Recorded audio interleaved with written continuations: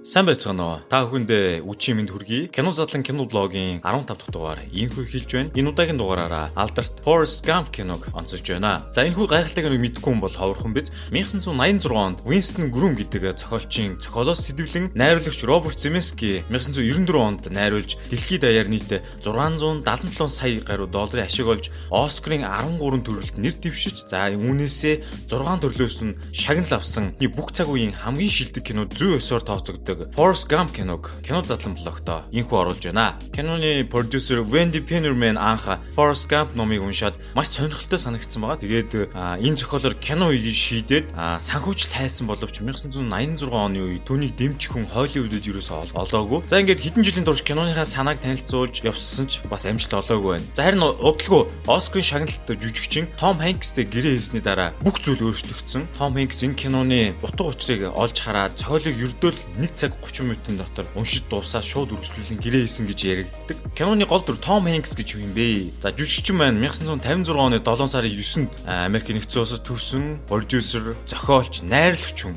Түүний тоглож ирсэн алдартай кинод бол Apollo 13 кино байна. Цэрэг Райныг аварсан гэж кино байна. Орхигдсон хүн зэрэг нэлээд алдартай кинонууд байгаа. За бас нэг онцлог бол 1993 онд жүжигчин Том Хэнкс Philadelphia киногоороо шилдэг эрэгтэй гол дүрийн шагналыг аваад дахиад 1994 он буюу жилийн дараа Forrest Gump киногоор дахин шилдэг эрэгтэй гол дүр авсан. Дараалж авсан ийм маш ховор тохиолдол байдаг. Түүний нэг маань энэ жүжигчин Том Хэнкс байгаа. За ингээд кино руу орё. Forrest Gump хэмээх тэнэгдүү тим залуугийн амьдрал нь болохоор Америк нэгдсэн улсын 1960-аас 1970 оны түүхийг харуулдаг. Тэнэг хүнийг тэнгэр ивэдгээ гэж ярьдаг. За үүний сонгодог жишээ гэж зарим кино шүүмжлэгчид Forrest Gump киног хэлдэг. За киноны үйл явдал гэвэл Америк нэгдсэн улсын Алабама мужид ээжийнхээ хамт амьдардаг тим нэг бяцхан хүү өсөж том болж ирсэн. Харин сэтгэн буй оюуны чадамжаараа сургууль тэнцэж чадахгүй гэжсэн хүү коллежийн шилдэг оюутан бол. За мөн Америк хөл бөмбөгийн маш гайхалтай тоглогч болж бүр цаашлаад цэрэгт явж Вьетнамын дайцт Женигтэйгээ сууж ер нөхөр нь болдог, бас хүүтэй болдог. Гампийн бусад хүмүүсийг гэсэн тэр сайхан сэтгэл харагддаг. Ягаад гэвэл тэр өөрийн анхаарал тавьсан, оролцсон зүйлээ юунч сатаарлгүйгээр, юунч санаа зовлгүйгээр хийсэн шиг хийж гараасаа гаргадаг. Forrest Gump кино амжилтанд хүрсний дараа киноны зохиолыг бичсэн Winston Groom гэдэг хүн уг зохиолынхоо үргэлжлэл болоод Gump and Co гэдэг дахиад нэг юм роман бичсэн. Энэ ном бол кино болох нь ерөөсөй тодорхойгүй. Киноны үйл явдал 1968 онд дайнд явж ирээд эрэлхийгээр тулдаж олон цэргийн амийг аварсан Forrest Gump Америк нэгдсэн улсын ерөнхийлөгч Джонсонтой уулзаж хүндэтгэлийн медаль авдаг хэсэг кинон дээр гардаг. За харин үүнийг хийхдээ яг үнэхээр яг тухайн үеийн бодит байдлаар Вьетнамын дайнд оролцож тийм гавьяа байгуулсан Сэми Дэвис гэдэг хүн уг медалийг ерөнхийлөгчөөс авч байх үеинд яг бодит дүрс бичлэгийг ашиглаад компьютерээр аргаар Forrest Gump-ийн толгойг нь залгаж нийлүүлсэн байт. Ингэж энэхүү visual effect гэсэн та бүхэн хэрхэн нийлүүлж байгаа компьютер графиксыг дараах дүрсээс харж байна.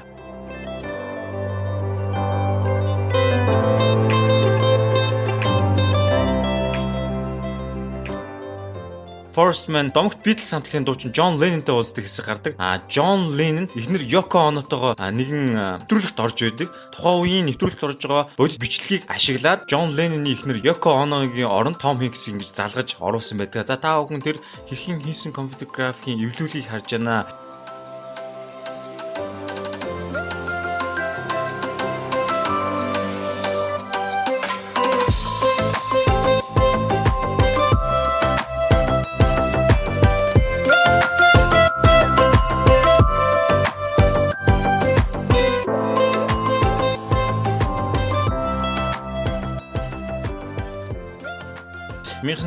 Он гэхэд бол энэ маш чадмаг энгийнүүдээр мэддэхгүйгээр нарийн залгаасуудыг Industrial Light компани хэвтүүдийг хийж ирсэн байна. Вьетнамын дайны үеийг харуулсан зураг авалтыг хийхдээ Америк нэгдсэн улсын Өмнөд Каролинагоос холбоо орчдын Prefect арал дээр гольфийн талбайг ашиглаад тэнд зураг авалтыг хийсэн. Мөн Вьетнамын борооны улирлыг харуулахын тулд хиймэл бороо оруулж, мөн компьютер графикаар ширэнгэн намаг балчир шавар шавхаг тийм үнэмшилтэйгээр оруулж хийсэн байгаа. Forrest Man хүүхд ахын хайртай байсан Jenny-тэйгээ иргэн нийлж гэрэлдэг. За үүнээс нэг жилийн дараа бүсгүй маань хороогийн мөнх усыг үзүүлдэг. Яг кинон дээр Jenny-г ямар өвчнөөс болж өгсөн ойлгомжгүй байдаг ч яг нэг киноны үйл явдлаас харах юм бол нэг тийм хүний дархлал олдмол хомс өвчин буюу доох өвчин туссан мэтэр тийм сэтгэл кино үзэж байгаа хүн төрүүлдэг. Яасан гэхээр 1960-ад онд Америк нэгдсэн улсад хар тамхины хэрэглээ доохын өвчний тархалт бол бүр хамгийн дээцэгтэй өндөр байсан үед киноны зохиолч номоо өвч байхдаа түүнийг доох өвчин биш харин гепатит С вирусээр ингэж халдварлаж тэнгэр тайлсан тухайгаар зохиолд нь гарсан байт юм лээ. За тэгээд Forrest Gump-ийн дуу хоолой аялга ярианы хэмнэл уг киног бас гоё чимж өгсөн. Гол дүрийн жүжигчин маань ингэж ярьдаг энэ ярьж байгаа ярианы аялга нь бол Forrest Gump-ийн хүүхэд байх үеийн дүрийг бүтээдэг Michael Corner-гийн хүүхдийн тийм өөрийнх нь унган аялга байдаг. Тэгээд яг тухайн үед үүнийг сонссон жүжигчин Tom Hanks тэр даруйд нь хүүхдийн аялга таалагдаад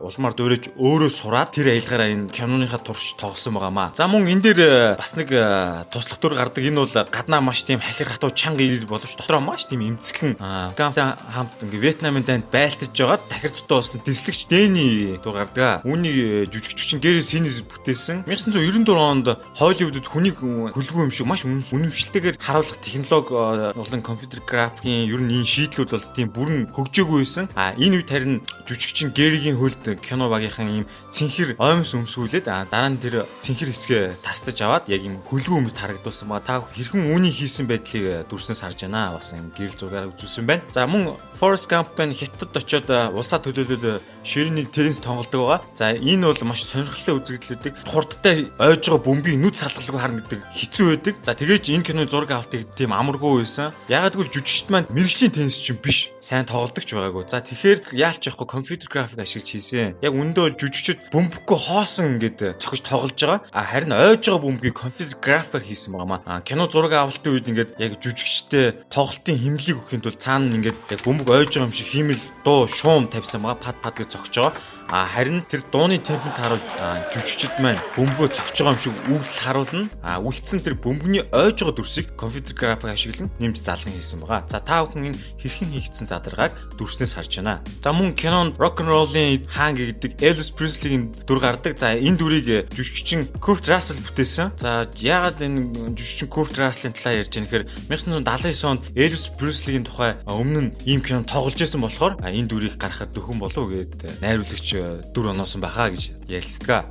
Forrest Gump-ийн маань гүүг чадвар түүнийг маш олон амжилтанд хүргэдэг. Forrest Gump-ийн маань гүүж байгаа хэсэг нэлээд олон син үзэгдэл гардаг. Кинон дээр гарч байгаа энэ гүйлтийн ихэнх хэсгийг жүжигчин Tom Hanks өөрөө гүйсэн байдаг. Гэхдээ холын зайн гүйлтэнд түүнээс илүү жүжигчний төрсөндөө Jim Hanks сайн гүйдэг байсан. Дүүн ахтайг адилхан байдаг учраас гүйлтийн тийм холын ерөнхий опшид дүрсэн дээр ахыхаа оронд орлон тоглосон байгаа. За ингээд кинон дээр ийм хипүүчүүдийн хөдөлгөөний хэсэг гардаг. Энэ дээр нэг проблем гарсан, асуудал гарсан. Энэ яасан гэхээр арын олон хэсэг тоглох жүжигчдийг олох байсан. Энэ ягаад төвхтэй байсан бэхээр 1960-аад онд ингээд ийм газар авсан хиппи стайл гэх юм одоо энэ хувцалт урт үс нь аль хэдийн модноос гарчихсан. Тийм урт үстэй хүн олно гэдэг нь бол хэцүү байсан. За тэгээд киногийнхан маш гоё тийм мэрэгэн санаа олж лээ. Тэр нь яасан гэхээр баахан хүмүүсийг хувцлаа, хиппи хувцлаад хиймэлүүс залгаж зовхын оронд Maryland гэдэг тийм хөгжмийн наадам болж исэн газар руу очисон гэж байгаа. Тэгээд тентэн дандаа ийм хуучны хөгжмийн урсгал сонирхчдын тийм айгуу том цуглалт бөөгнөл болж исэн болохоор яг кино тоглохоос хэрэгтэй хүмүүсээ олсон гэж байгаа. За тэгээд энэ кино хөгжмийн фестивал дээр энэ хиппичүүдийн хөтөлбөрийн олон нийсийн зураг авалтаа авсан гэж байгаа. Forrest Gump-ийн ингээд суудаг сандал байгаа. Автобус хүлээж байгаа хүмүүс нэг нэгээр нь амьдралаа ингэж дэлгэрэнгүй хүүрнж ярьдаг хэсэг гардаг. Кинод гарсны дараа яг энэ кино зураг авсан энэ тухайн хотод үүдэг энэ сандал нь бүр тийм алдартай болоод маш олон хүний анхаарал татаж ирсэн.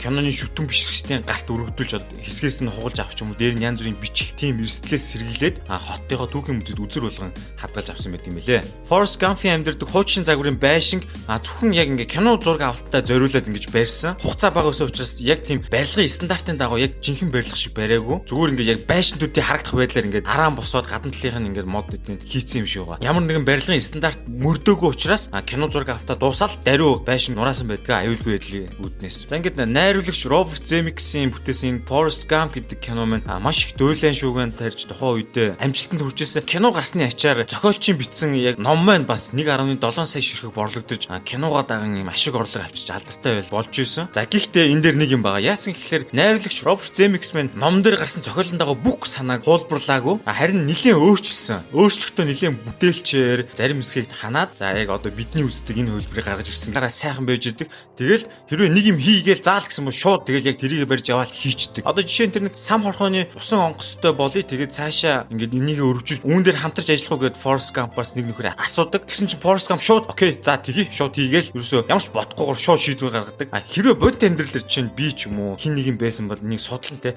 За бизнес төлөвлөгөө чинь хаана байна? Энэ амжилттай хэрэгжихгүй үгүй юу? Гэх мэтлэн ийм юмдаг зөв энгийн хүмүүс бол ингэж боддог. Гэтэ киноны гол дүр маань шууд окейг хийдэг. Гэтэ энэ аз бол кинон дээр бол маш амжилттай явагдаж ашиг орлого олдог байгаа. Киноны дүр маань бол маш гоё байгаа. Амьдралдаа хизээч хомдолдгоо. Элдвийн янз бүрийн хүсэл тачаас шунал гаж бодол ерөөсөө боддгоо. Ерөөсөө за хийх ёстой юм л хийдэг, урдах юм яадаг, ойлгох юм л ойлгодог. Хайрлах ёстой хүн л хайрладаг. Тэр сам хорхооны тухай бүр нэг хоромж алгасахгүй ярьдаг. Тэр Вьетнамын дайнд цуг явдаг цэрэг найзаагаа хизээч төвөгшөөд чи цаашаа ядаргаатай гэж шилдэггүй. Нэг үрслэн бүгдийн сайн сонсдог, сайн сонсогч үеж чаддаг, сайн найз үеж чаддаг. Америк нэгдсэн улсын ерөнхийлөгчийн асуултанд чи юу мэдэрч байна гэсэн асуултанд ямар ч тийм бодсон юм уу? Тэнэгэлцчихгүй би шэмээр байна гэд тоглож нэргүй жигнэсээ хариулдаг. Энэ эсвэл funny.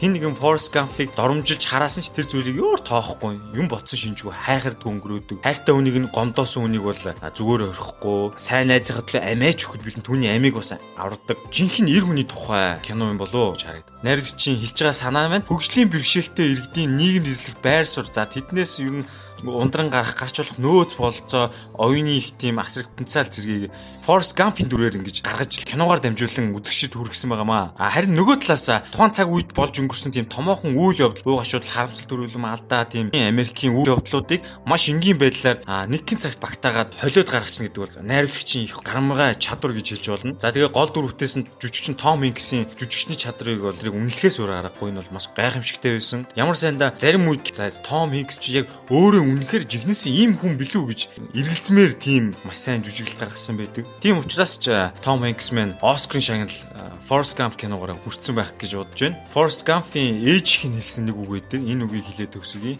Амьдрал юм хайрцагтай шоколад шиг байдаг. Чамд ямар шоколад очиг бол чи мэдэхгүй. Ингээд задлаж идэх хүртлээр түүний ямар амттайг бас мэдэхгүй гэж түүний ээж нь хэлсэн байдаг. Энэ үгээр ингээд кино задлан видео влогийнхоо 15 дахь дугаарыг энэ түрээд өндөрлөё. Дараагийн 7 хоногт иргэн уулзлаа. Түр баяртай.